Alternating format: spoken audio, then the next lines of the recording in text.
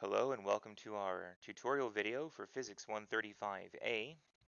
We're going to be taking a look at this homework problem from homework 3, and it reads, during a fireworks display, a shell is shot into the air with an initial speed of 70 meters per second at an angle of 75 degrees above the horizontal. The fuse is timed to ignite the shell just as it reaches its highest point above the ground. So let's have a look at a couple of diagrams. On the left-hand side, we have a quadratic shape which is describing the trajectory in 2 dimensions of this firework. We start from the origin, where we will say x initial and y initial are both 0, and we'll also say that t initial is 0 there. Otherwise, we'll have to measure time differences that elapse in order to calculate future quantities, and it's more convenient to just pick the origin where the firework begins, and that includes the origin of time. So t initial will be 0. Now, the first question, what are we being asked in the first question? Calculate the height at which the shell explodes.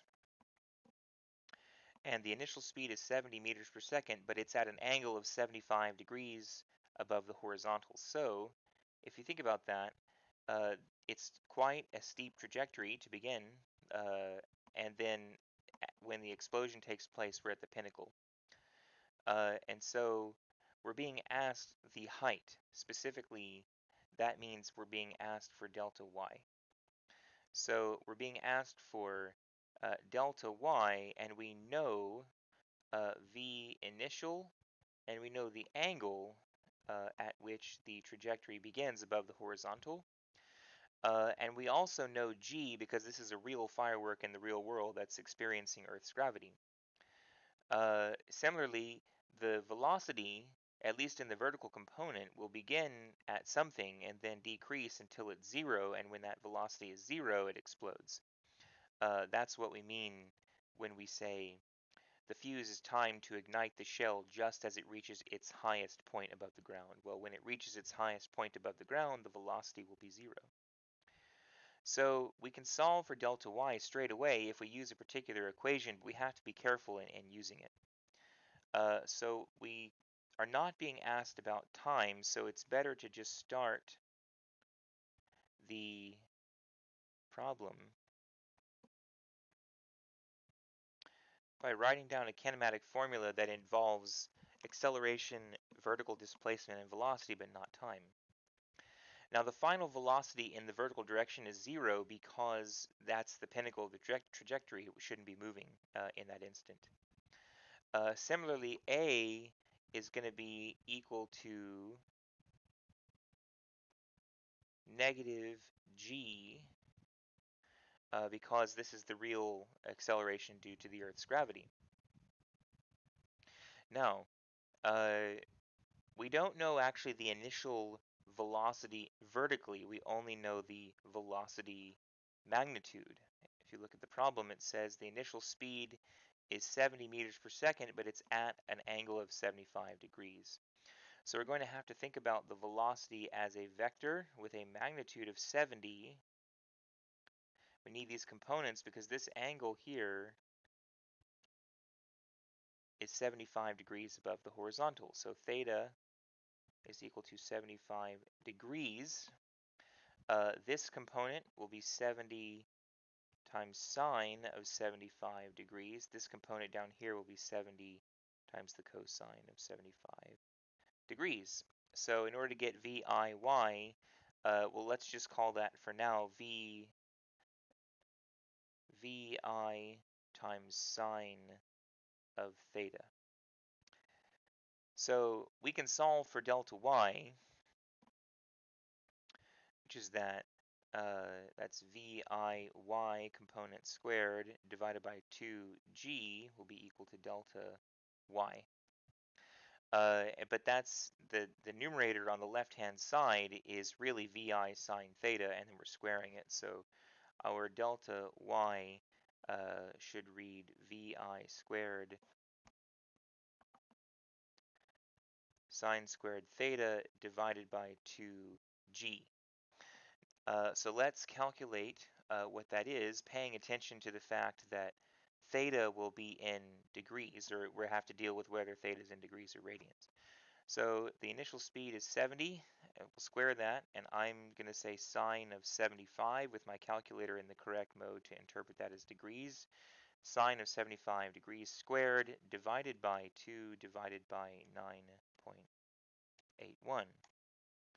Now, the answer that we get here after plugging in is 233 meters, and it should be meters. We can verify the units, so velocity squared divided by an acceleration squared should give, um, sorry, it's an acceleration not squared in the bottom, so for that reason you get meters in the numerator. So delta y, we believe, is 233 meters to three significant figures. So for the second part, what are we being asked? How much time has elapsed until the explosion? First of all, let's examine the answers. They all seem to have 233 as the vertical displacement, so we know that we've done our work correctly, but it doesn't eliminate um, any of the answers as wrong. What we're being asked in the second part is how much time has passed between the launch and the explosion. So we're being asked about t final or just time. So there's a couple of ways to do this. I think the simplest way is to examine the velocity as a function of time. So the vertical velocity as a function of time, it starts, at some large positive velocity, but then eventually it reaches zero. The slope here is negative g. That is, the acceleration is the slope of velocity. So we have to use some relationship or formula that describes this graph. This graph is accurately demonstrating what happens when the shell moves through the air. And so I think the final velocity in the y direction will be equal to the initial velocity in the y direction minus gt. So this is just a linear relationship with a negative slope, which is what you see here. Um, again, the final velocity for the y component will be 0 at the pinnacle of the trajectory. We have viy is equal to gt like that, and then that t will be t final because well, it's not t initial. T initial, there's lots of velocity. We're looking for the time specifically where the shell explodes. So this would be the time elapsed between the launch and the explosion, delta t. So so we're looking for t final, and since t initial is 0, we can just equate t final and and delta t.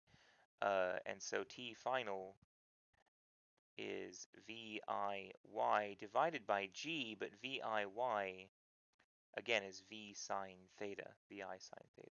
Vi sine theta divided by g. So we can break out the calculator and we'll have 70 meters per second times the sine of 75 degrees divided by 9.81. And we get about 6.9 seconds.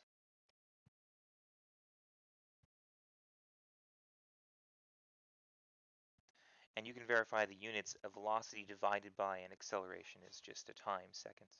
So our time is 6.9 seconds. Let's examine the list of answers. So you do see 6.9 there, 6.9 there.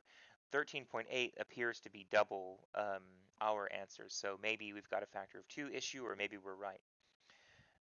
So let's look at the third part of the problem. We're being asked, what is the horizontal displacement of the shell when it explodes? So we're being asked for delta x, specifically delta x in this picture.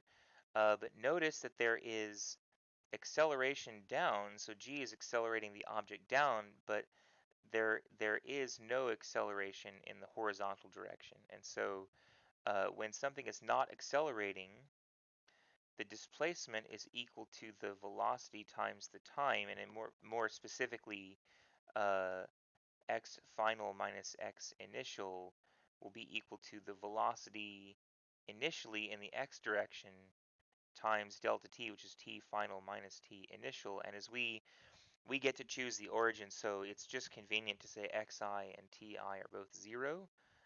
If the shell was launched from here or something, then there would be some origin, that we'd have to account. We'd have to factor that in. But if we get to pick the origin, let's pick the easiest case. So xf is equal to vix t final, and we actually know t final now. And vix, what is vix? Well, if this is the y component of the velocity is here, here's the x component. It's just vi cosine theta.